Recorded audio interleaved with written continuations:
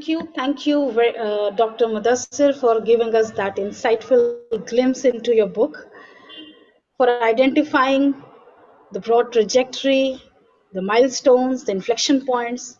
I'm sure you have whetted the appetite of the audience who would now probe a bit more from their own points of curiosity. And I would, going according to our past practice, I would invite Professor Hishishan to set the pace of discussion. Sir.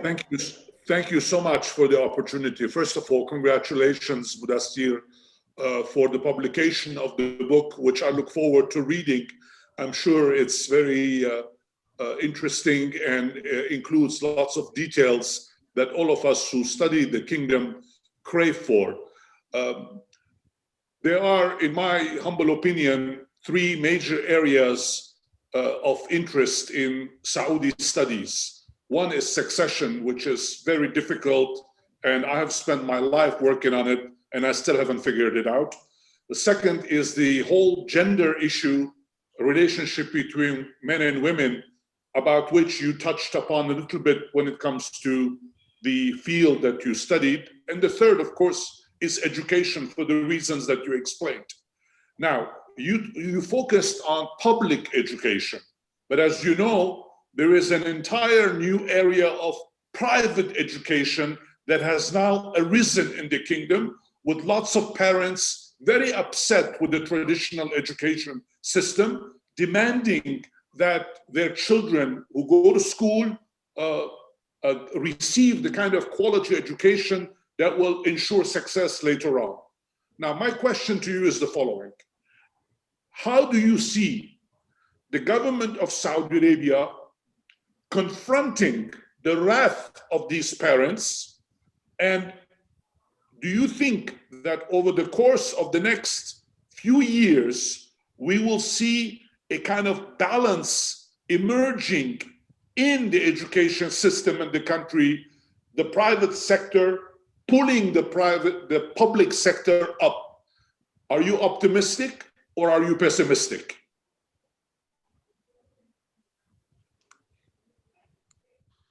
Thank you, Professor.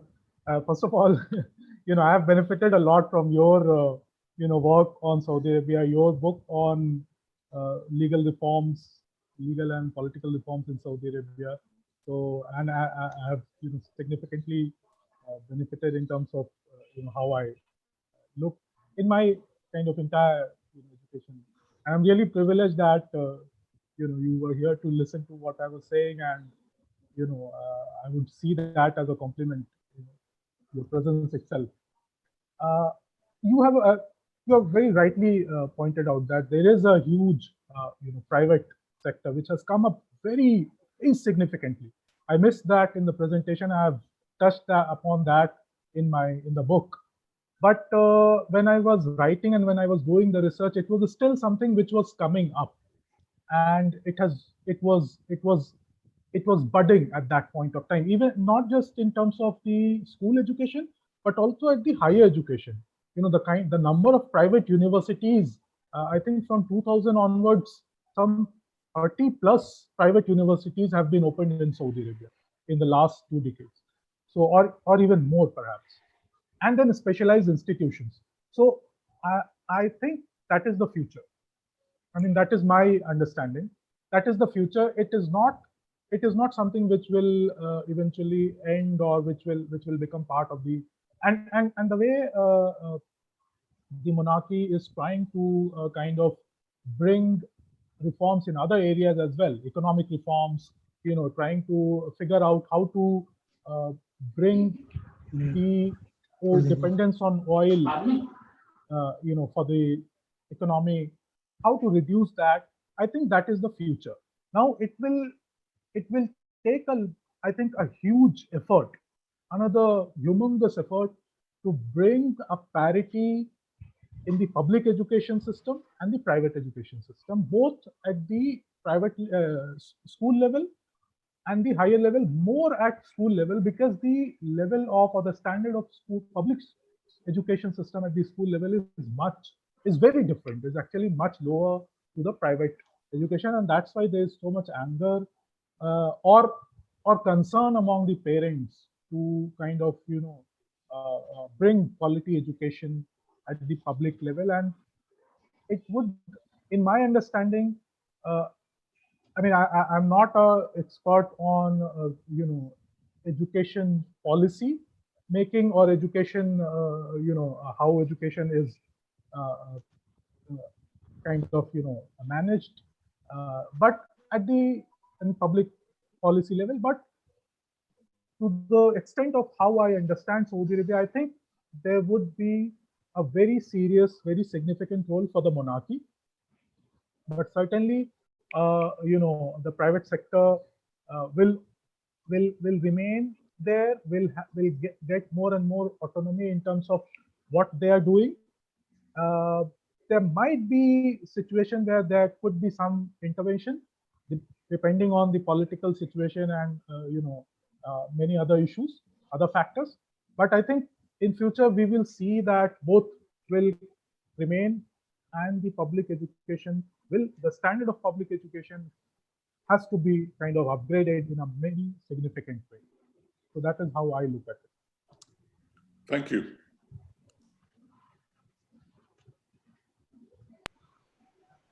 Thank you. May I invite Ambassador Sanjay Singh to pose his question or comment? Thank you. Thank you, Sameena.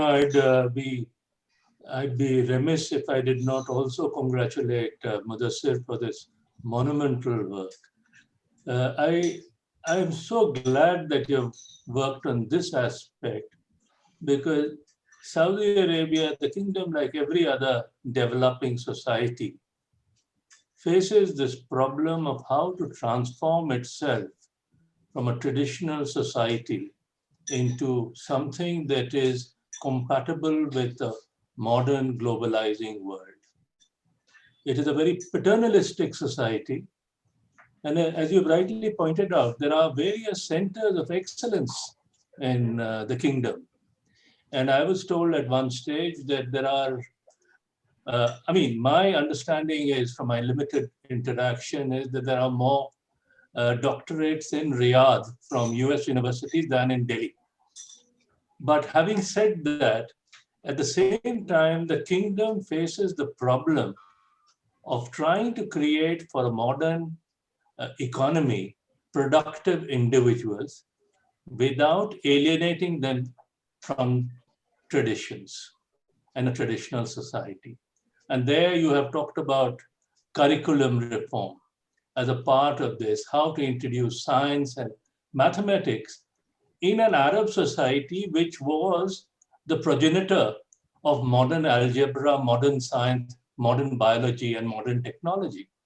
So, it is a kind of a full wheel coming around. And how you transform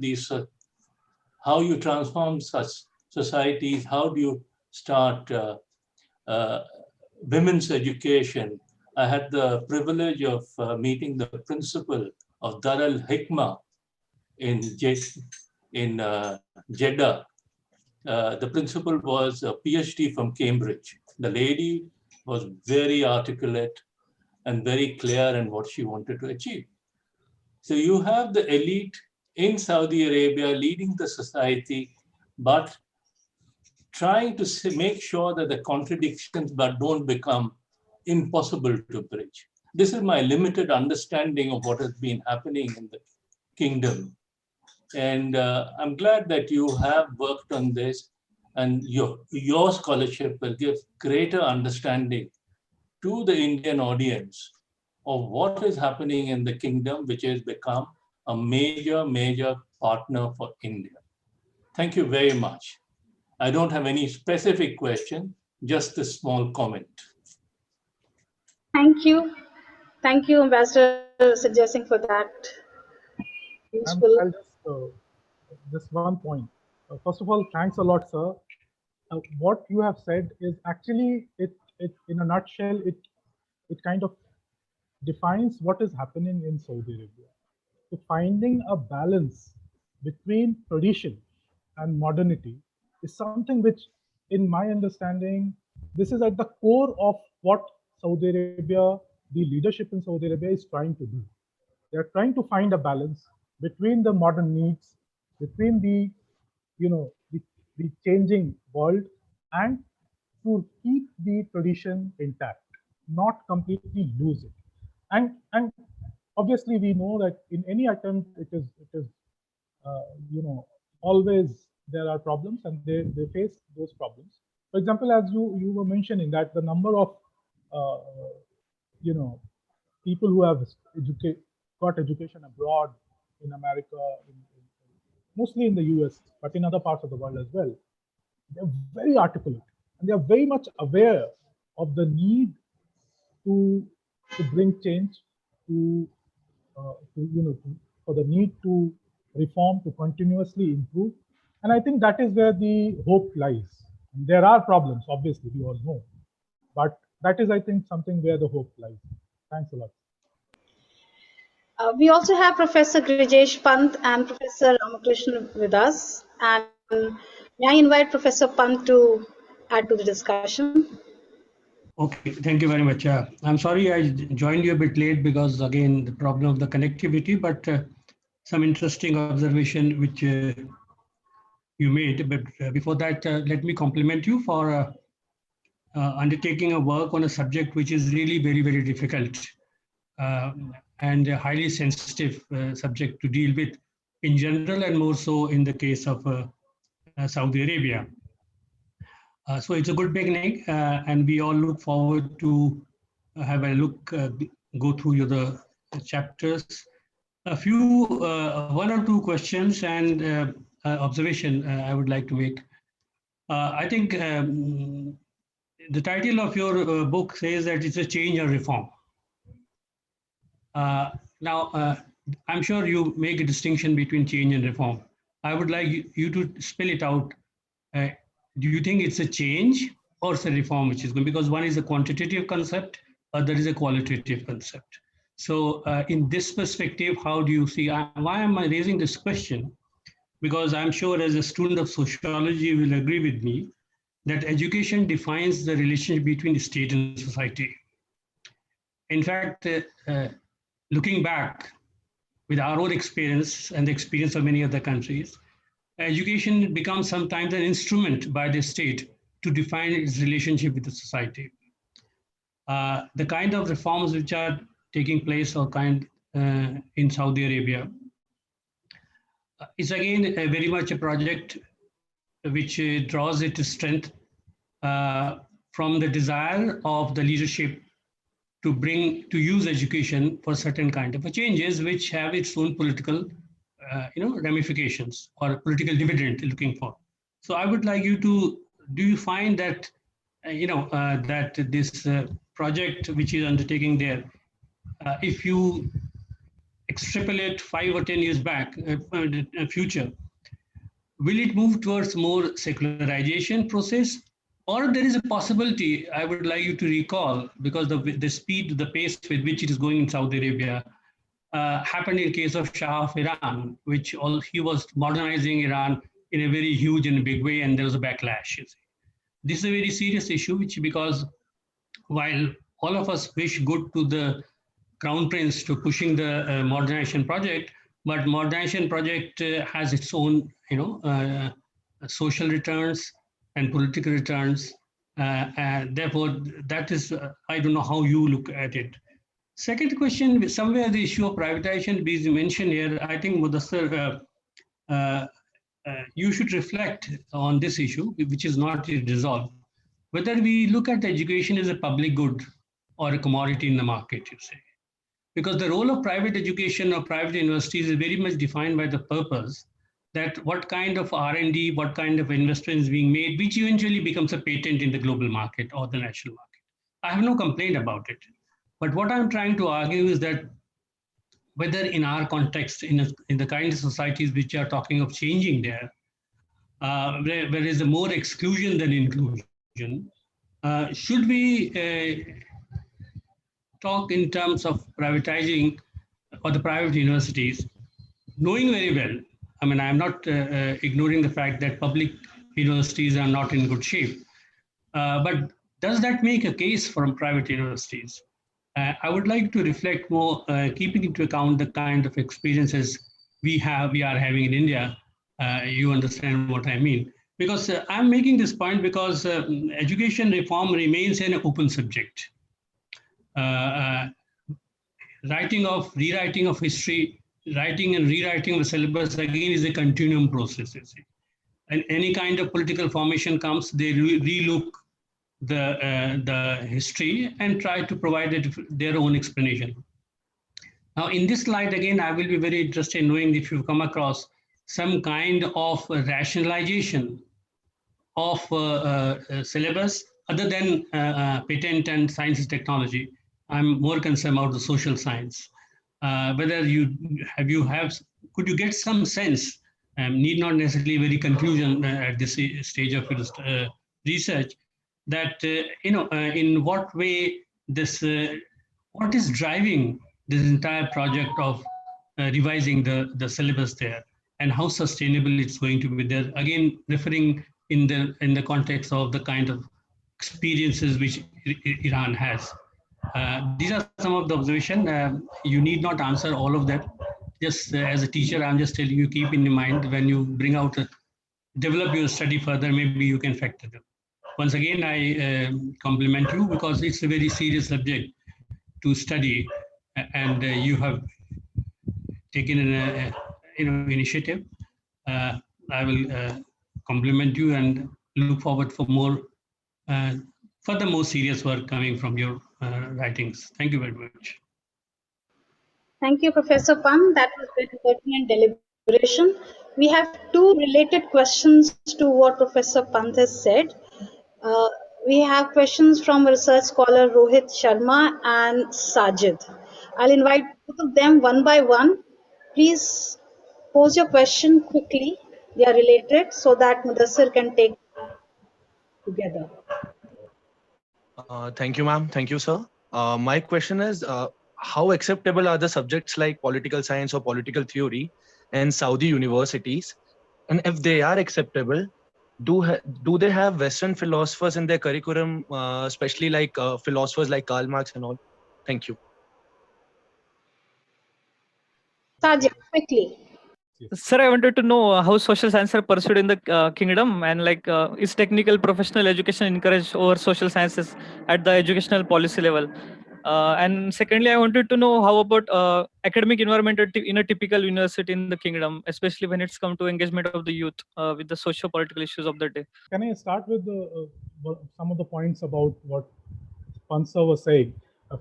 Thanks a lot, sir. Actually, I mean, the kind of I'm not really sure if I'll really be able to answer all of the questions you have and your observations. But thanks a lot for it will also give me further food for thought actually in continuing my research. Certainly, the subtitle is Of Change and Reforms. So I'm kind of very deliberately I use both the terms in trying to because what is happening is not only reforms from the top, and that is my kind of understanding. It's also social change which is coming up in the kingdom, and there are a variety of factors for that. In my understanding, I mean, apart from social media to globalization to many other factors, the kind of wealth which the people have access to, all these factors have contributed, or education abroad, which has kind of led to change, and that's why I deliberately used both the terms. About the future trajectory, I'm very hopeful in the sense that in my interactions with the local, I mean, with the population, with the common people, or with officials, with professionals, people are aware of these issues. It is not as if things are taking place in a rampant. So yeah, it's come back. Yeah. In terms of I don't really see Saudi Arabia as what was happening in the in Iran in the 1970s. I think it's very different as to what is happening. The most important aspect is both the rulers and the people are aware of as to what is happening. The political situation is also different. Iran is a much different society. The political structure is different. The political processes in Iran, which led to the changes in 1979, or which led to the revolution, I don't think that has happened in the case of Saudi Arabia in a major way. So it has remained, in terms of its political structure, Saudi Arabia has remained closed and isolated. So I don't think that is something which is uh, which is which is how I would look at it. But certainly, I mean, it's a point which is food for thought.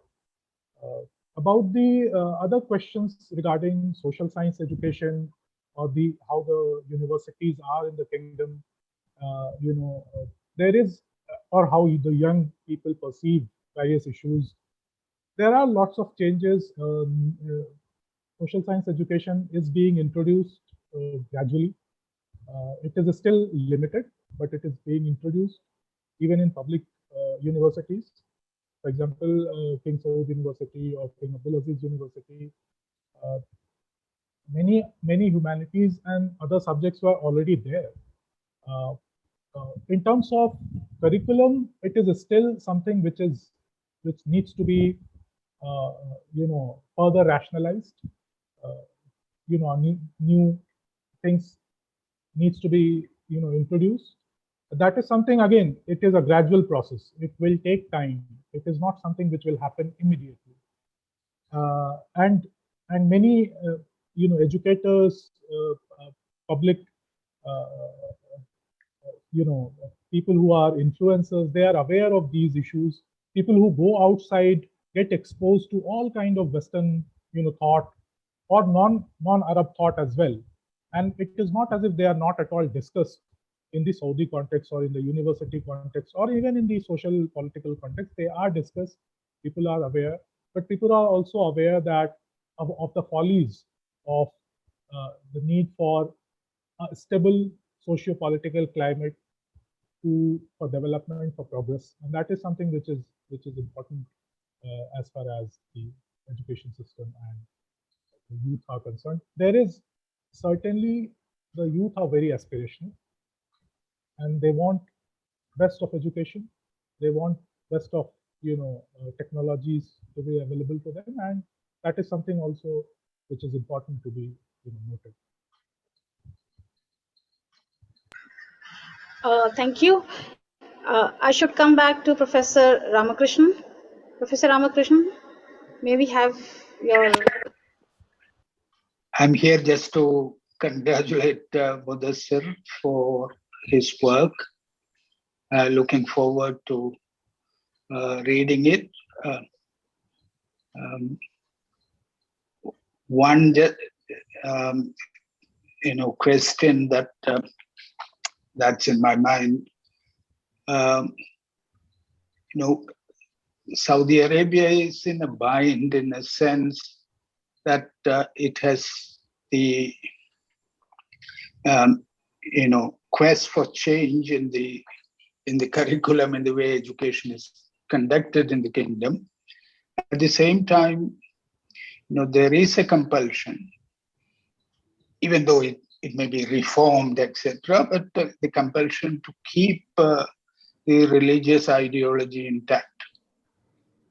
And to what extent the kind of Wahhabi ideology which has percolated in the educational system, how far it is being transformed to suit new situations, the reform programs otherwise undertaken, and so on.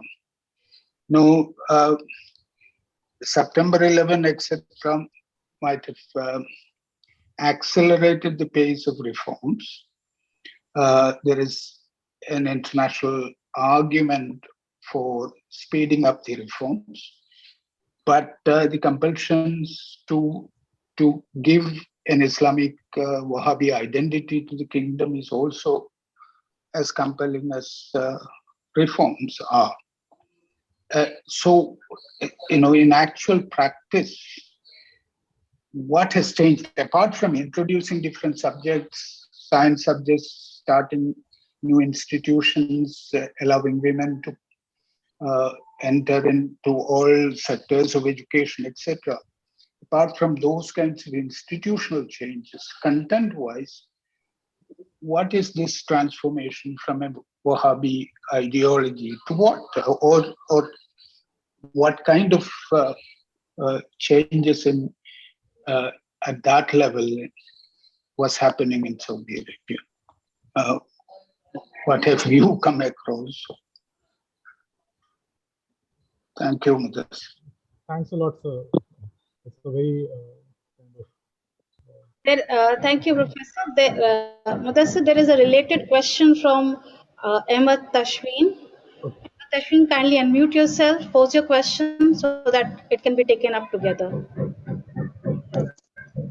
Thank you, ma'am. Thank you, Muddassir, for providing an informative introduction about your book. Actually, I have two questions. It is related. Number one is related with the religion. I mean, how the King Abdullah or Saudi government was able or managed to convince the official ulama, due to their conservative nature, to reduce their religious topics from the curricula, especially the removal of some of the so-called objectionable comments or statements from the books. And the second one is actually related to, it's little bit different. It is about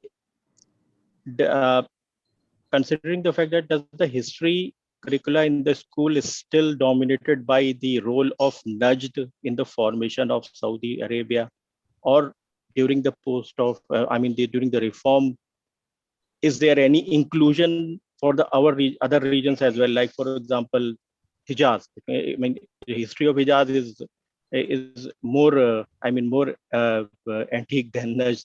So these two questions were I had. So if you can provide an insight into that, thank you. Thanks for both the questions, Tashween. Actually, when it comes to the, I'm taking up both the questions together. What Sir was asking and what Tashween was asking about. So there are, I would say, a parallel process is going on in terms of there is a recognition for the need to change the orientation towards a more moderate, a more accommodative, a more tolerant Islam. Whether one calls it Wahhabi Islam, for example, if you talk about Wahhabi Islam within the kingdom, people will reject the term immediately. I mean, they don't accept this term because this is a term which was given from outside. I mean, they do not call themselves Wahhabi Islam; they call themselves Islam or Al-Muwahhidin. So, I mean, branding is something which I also do not. I mean, for example, even the level of one person or at the individual level or state level, stereotypes, branding, it doesn't really help much. So there is a conscious effort both at the level of elite and at the level of people also. I mean, one cannot really deny the agency of a large 32 million, 30 million population, or excluding the expatriates, 22 million population in how they want to practice their faith. Now, as far as the organized religion are concerned, there are problems we were discussing before the presentation began. This is something which is there in other societies as well, and Saudi Arabia has faced the problems because of that. It continues to face some of these issues. There are groups, organizations, individuals who continues to pose problems. There is no doubt about it, but a large section of the society, including among those who have educated, who have been educated in the Islamic universities, religious even among them, there is a consciousness to to understand as to what is happening, why there are certain things going wrong in terms of their outlook, in terms of their society, in terms of their polity, and there's a greater consciousness to engage with the outer world as well, not just looking inward. So there is introspection, there is a consciousness to look outside, and this is also in a way the monarchy is responding to these kind of consciousness, these kind of debates.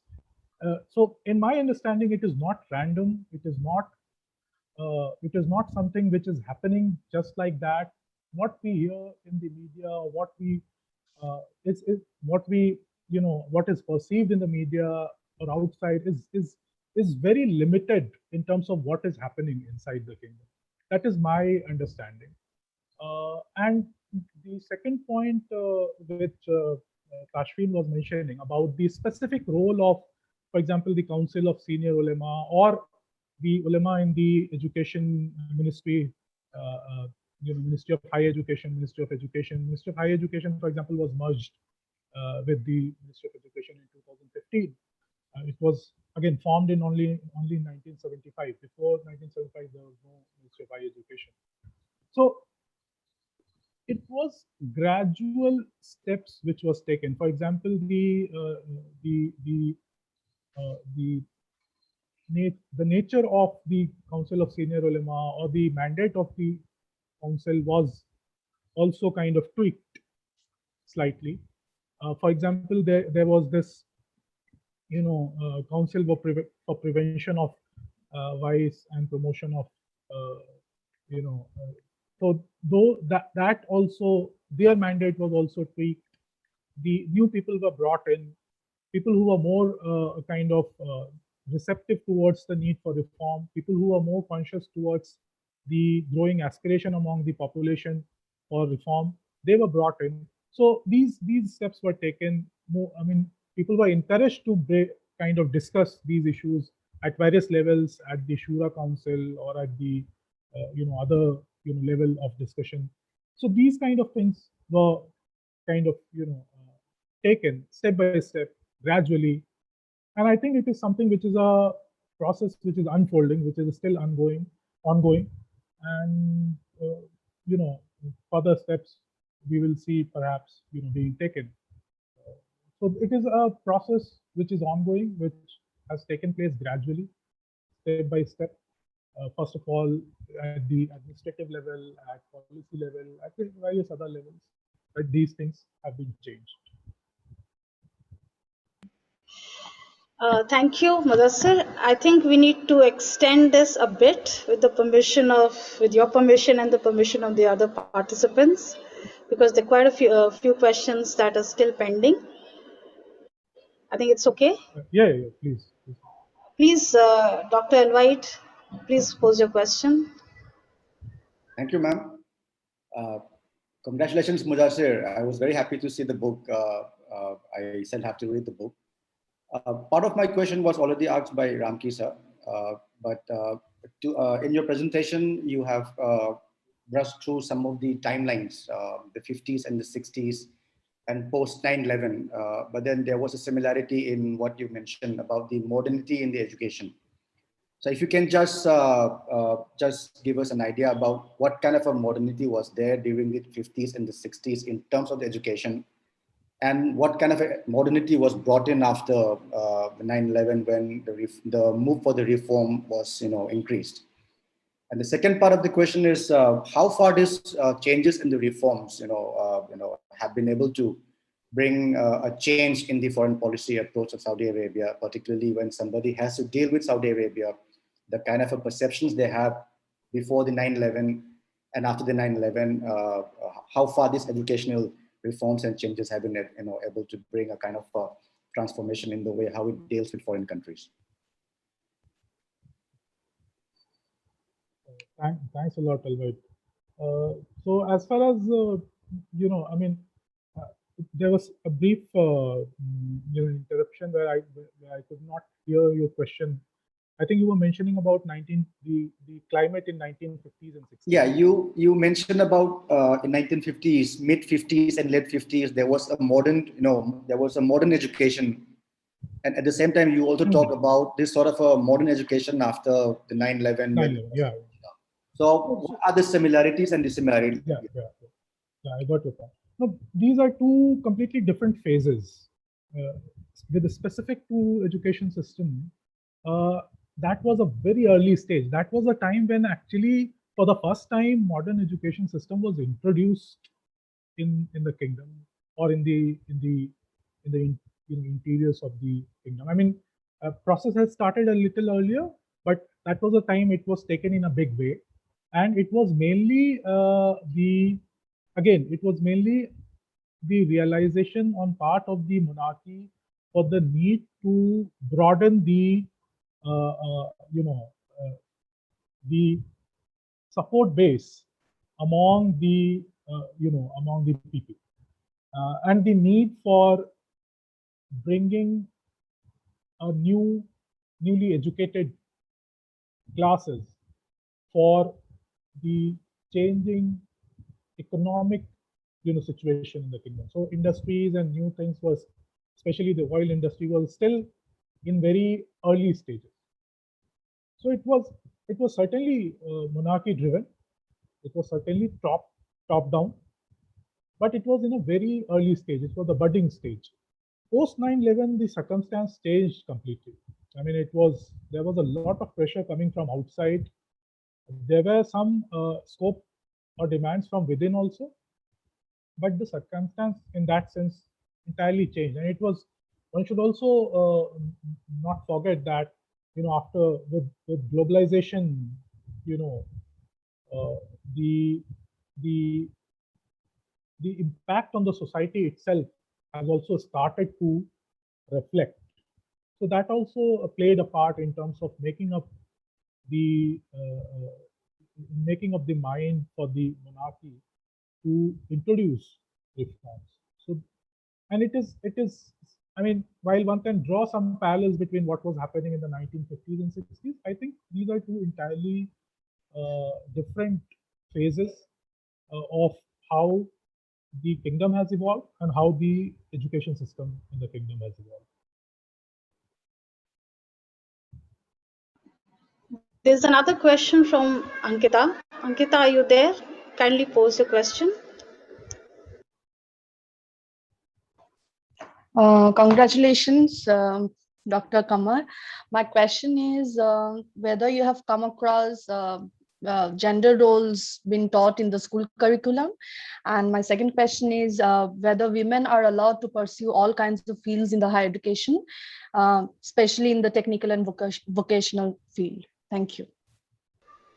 And to add to that, you had mentioned in your chapter 8, which you have titled Women Claim Equality in Education, and it exudes a bit of pride.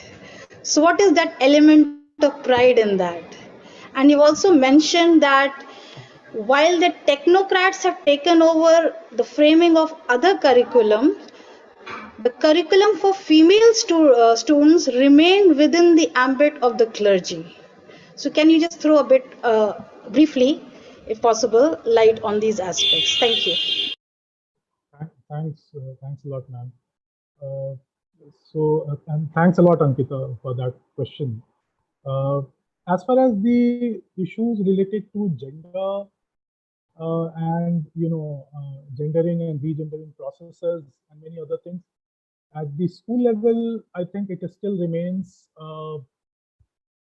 I would say it still remains very limited in my understanding and to the best of my knowledge and understanding. I haven't really done any survey in terms of what is happening and how people perceive these issues. But to the extent of the sources which I have accessed and the writings of Saudi scholars, perhaps some of these issues are being discussed, but the extent is still limited. I think that is the only point which I can make on this issue. The second point, and which again, which ma'am was also asking, if you look at it, one of the, in my reading, one of the most important thing, or one of the most successful aspect of reforms in the kingdom is, and I'm not talking just about education reforms, I'm talking about the entire, process of reforms which have happened in the in terms of transformation, change, is in the domain of female education. Till, for example, 2005-6, many curriculum subjects were restricted, but after that, by I think 2008-9, women could take admission in almost all courses. They were facing problems in terms of practicalities because of certain, for example, gender division practices and other issues. So there were certainly challenges, but in terms of accessibility and in terms of their any restriction on what women can study, that has ended, had ended by 2000, I would say 8. For example, in 2000, if I remember it correctly, by 2006-7, the number of graduates, number of students graduating from Saudi universities, women had overtaken men. I think by 52-53% women were graduating from university. 2006 most likely, or 2008. So that was the time when, in a big way, the change, the result was visible. Obviously, infrastructure and other things were being done before, and that's why I have I was very conscious when I used that title, that women claim equality in education, because personally I feel that that is something which is very important, which is one of the most important aspects of reforms in Saudi Arabia, and that is visible if you look at, if you just scroll through the social media discussions in Saudi Arabia, Twitter. If you talk to Saudi students, studying abroad, the kind of aspiration among Saudi women is unmatchable. I mean, it is, and the stereotypes about Saudi women being completely covered and not being able to articulate, having no agency, having no say in their life, I think that has all completely changed. I mean, you just have to talk to a Saudi woman, young or even old, and you would realize that how significantly, how different they are from what is projected sometimes in the press. And I'm talking about this with my experience. I mean, when I was doing my field work, I did talk to some women students, women scholars. Despite of the fact that I was traveling alone completely, I didn't have any women with me to be able to having access to places where only men were not allowed because of certain restrictions, which again, in some aspects, that has also changed from then to now. But even then, I could talk to many of them. In some of it was in a public place, some of them it was in other places. Or for example, when I was in the King Faisal Center, one of the women I met was the coordinator of the working functioning of the. I don't know. I've not been in touch with her the last 2-3 years. But the way she could articulate the issues was brilliant. I mean, I learned a lot, and she was not really doing any PhD or anything. She was just a graduate woman who used to come for work every day. And the kind of things she was able to articulate was mind-boggling. I mean, it opened a lot of my own prejudices as well. I mean, in terms of how I looked at the kingdom. So things are completely different. Things have changed a lot, and that was one of the reasons why I very provocatively titled that, and I stand by it. We have one question from Arushi. I'll read it out. Is there any prospects of sharing the best practices between the Indian and the Saudi education system? You can briefly respond to it. Certainly there's no doubt about it. I have actually written a chapter for a book which eventually did not come out on this very specific issue. Perhaps I will refresh that and publish it somewhere. But there certainly is. There is no doubt about it. Both in terms of higher education, in the school education, many other aspects as well, like or even other issues. There are immense possibilities when it comes to Indo-Saudi bilateral ties. Perhaps that would be a different discussion altogether, but certainly even including in education, there are immense possibilities. And there is no end to actually, there is no limitless. There is one last question from Minakshi. Minakshi, kindly pose your first question. The second is already answered. Thank you, ma'am. Firstly, congratulations to you. I have one question, that is, what do you advise us as a young career scholar before planning for coming up with a book? Is field experience a must case working on such topics, considering the constraints we have when we go for field trips or even apply for field trips? So if you could just say something on that. Thanks a lot, Minakshi. Yeah, I don't know what can I advise.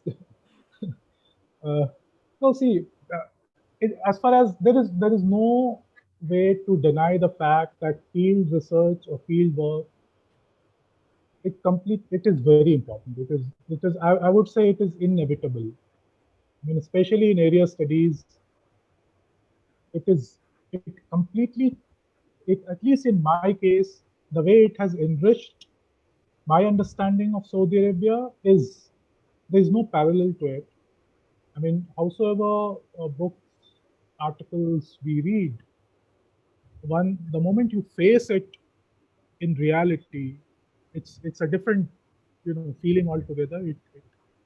It changes the perceptions, or there are times when it reinforces what you have understood, and there are times when you find that okay, your understanding was completely misplaced. So I think in that sense it is inevitable. And in terms of advice, I don't know, to be very fair, what can I say? There are so many people here. They're all scholars from whom I have learned. I think one of the things which I would say is passion for the subject and constantly engaging with the subject. I think that is something which is very important.